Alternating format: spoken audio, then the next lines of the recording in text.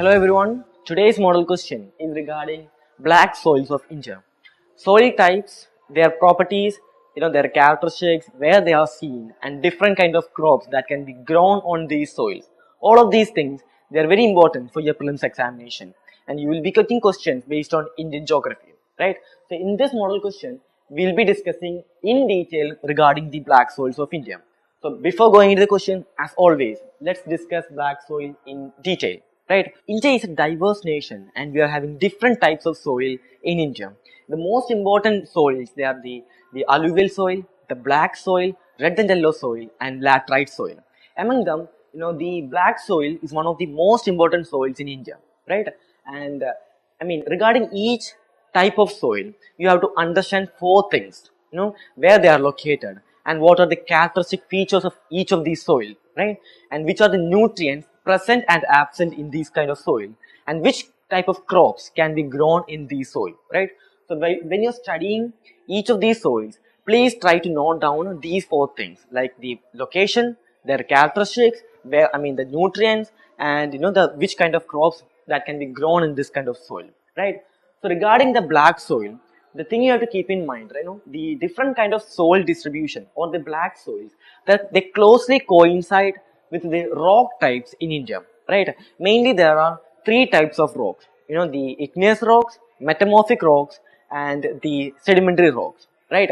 Among them, the black soil coincides with wherever the igneous rocks are, right? And igneous rocks in the sense, these rocks, they are formed from solidification of magma, right? And we know that, in Deccan Plateau region, in the Deccan Plateau regions, we are having the igneous rocks, right? And in these regions, in the Deccan Plateau regions, we are having the black soil. So I got a map here showing the different types of rock in India. So mainly you can see here, given in the green color, is the igneous rock, right? Which are formed from the solidification of magma. And surrounding that in brown color, you can see the metamorphic rock, which has undergone various transformations, right? So these green colored regions will be having the black soil. You can compare the two maps, and in this map you can find the black soils in regions of Deccan Plateau having igneous rocks in it. And you can relate this map with other soil types in the sense, the regions surrounding the black soil, mainly we are having red and yellow soil, right? Now this red and yellow soil is seen over the regions with metamorphic rock. Same way, the sedimentary rock, right? Let's just look at the yellow colored regions. And these regions, we are having the alluvial soil, right? Same way, these three important soil types can be related with the different types of rocks which are seen in India. Anyway, coming to the black soil, you have to understand that the Maharashtra and the Gujarat, all these regions, right, the Tamil Nadu, and these regions are having the black soil and they mainly coincide with the Deccan Plateau having the igneous rocks in it, right? So regarding the location, you have to keep in mind they are seen over the Deccan Plateau region, right? And the characteristics, right? As I already said, regarding each of the soil type, you have to study the characteristics, their location, and the nutrients in it, and the crops which can be grown on this soil, right? So let's start with the characteristics of the black soil. And the first thing you have to keep in mind, there are different names which we use to represent the black soil. The main name, the important one being the rigor soil, or you can say black cotton soil, right? In the UPSC's examinations like CDS, NDA, we get these kind of terms, right? The rigor soil, what are the properties of rigor soil? Or the black cotton soil, right? So keep in mind the rigor soil, black cotton soil, they are same as that of black soil, right? Then the thing which I have already said, these soils, they are formed in regions where lava has undergone solidification, and in India they are seen in the Deccan Plateau regions. Okay, then the color of the black soil, right, as the name denotes, the color is deep black to grey. Okay, and another very important property of black soil is that it is very clayey, right? Clay means it's a very fine, clay is made up of very fine sediments, right? And they will get sticky when it's wet, right? And the black soil is having more clay factor, or it's more clayey, okay? And clay in the sense, if a soil is having more clay in it, right, water won't be able to penetrate deep into the soil, okay? So this makes that, the soil will be absorbing most of the water.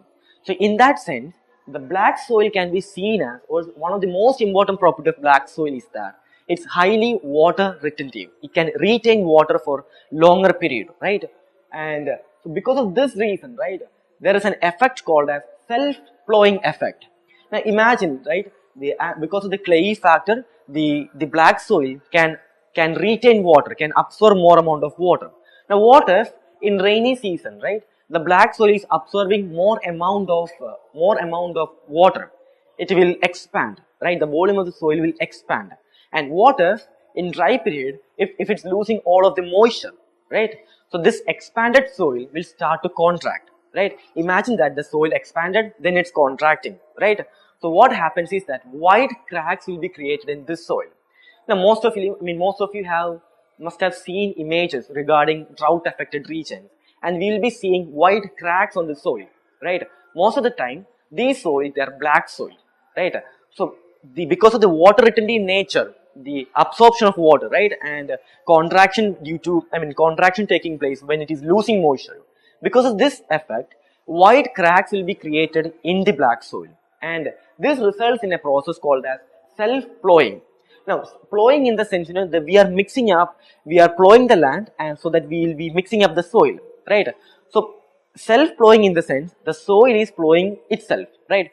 Not to a large extent, but you have to think that, if you are having wide cracks in the soil, the top soil, the very fine soil, will fall into these cracks, resulting in an effect of, mixing up all by itself, and that we call it as self-plowing effect of black soil, right? Now, another thing which can be related with the water retentive nature of these black soil. The black soil is suitable for rain-fed crops. Now, rain-fed crops here in India, we are mainly dependent on monsoon, right, for the irrigation and all, and for the cultivation and all, we are highly dependent on monsoon. Now, the monsoonal rainfall is concentrated rainfall from the months of June to September. We are having the monsoonal rainfall. So, in other months, when it is dry, the soil has to sustain the crops. Now, a water retentive crop can be used to sustain rain-fed crops because it can retain the moisture for a longer period of soil than the other region. And in this soil, extensive irrigation is not needed to cultivate majority of the crops, right? So the main point or the main characteristic of black soil is that it's clay. Due to this clay factor, the water won't be penetrating deeper into the soil. The water will be retained in the soil, and it results in self-flowing effect. And because of this retentive nature of moisture, right, water retentive nature of black soil, it can be used to cultivate the rain-fed crops, right? So these are the characteristics regarding the black soil. Next, let's look at the nutrients which are present and absent in black soil. Now, in black soil, the first thing you have to understand that the black soil is not having organic matter in it. Now you can relate it logically that the black soil is formed from igneous rocks, and igneous rocks, they won't be having organic material in it because igneous rocks, they are formed when lava or magma is solidified. Now imagine that a plant material or an animal material is falling into the organic material is falling into magma. Now, will it be retained as an organic material or will it disintegrate? Now, you all know that the magma is very hot, right? So, the organic material, be it plant or animal or anything, right, it will be disintegrated. So, the magma which is resulting in the formation of igneous rocks is not having organic material in it. Now, the soils which are formed from the same igneous rocks which is not having organic material in it won't be having, the soil, black soil also won't be having humus or the organic material in it. So, the black soil is absent in organic material, right? That's the first thing you can relate with and remember, right? And the next thing which you have to keep in mind is the nitrogen and phosphorus, right? The black soil lack phosphorus and nitrogen, and we need to provide them through fertilizers. Now, this nitrogen, right, it's another trivial thing which you have to keep in mind. It's a fact in the sense that most of the soil in India, they are inadequate in nitrogen, right? Be it the red and yellow soil, black soil, laterite soil, saline soil, none of these soils, they are having adequate quantities of nitrogen, right? In alluvial soil also, we cannot say that it's abundant in nitrogen, or we cannot say that it's adequate nitrogen is present, rather than it's having less amount of nitrogen in it. In India, if the soils are having adequate nitrogen, then that statement is wrong. If you're finding such a statement in questions, you can eliminate it then and there itself, because none of the soil types are having adequate nitrogen in India, right? And another thing regarding the black soil, they also lack in phosphorus. So they lack phosphorus, nitrogen, organic material, and humus, right? Now the black soil, they are rich in lime, iron, magnesium, and aluminum, right? And they also contain enough potash. So these are the nutrients which are present and absent in black soil. Now the crops grown, or the crops which can be grown in black soil, right? The main or the most important crop you have to remember is the cotton, right? As its name itself, right? The black cotton soil, right? So the major crop which is grown in these regions, they are cotton.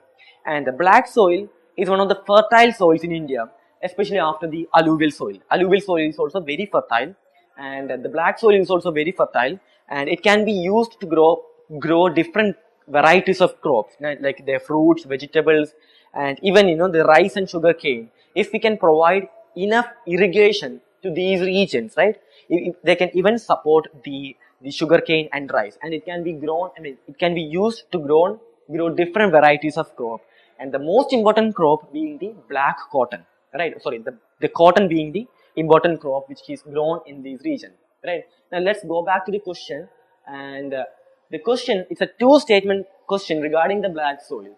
The first one, right? The black soil contains adequate nitrogen as well as phosphorus required for the growth of the plant. And as I said, if you are finding a statement regarding any soil type, if they are saying it's having adequate nitrogen to support the growth of plants, right, in India, that's wrong, right? The first statement is wrong. Okay. And the second one, black soil is suitable for cultivating rain-fed crops, which is true, right? As you know, the black soil can retain moisture for a longer period of time, and it is suitable for cultivating the rain-fed crops. So the answer for this question comes out as 2 only.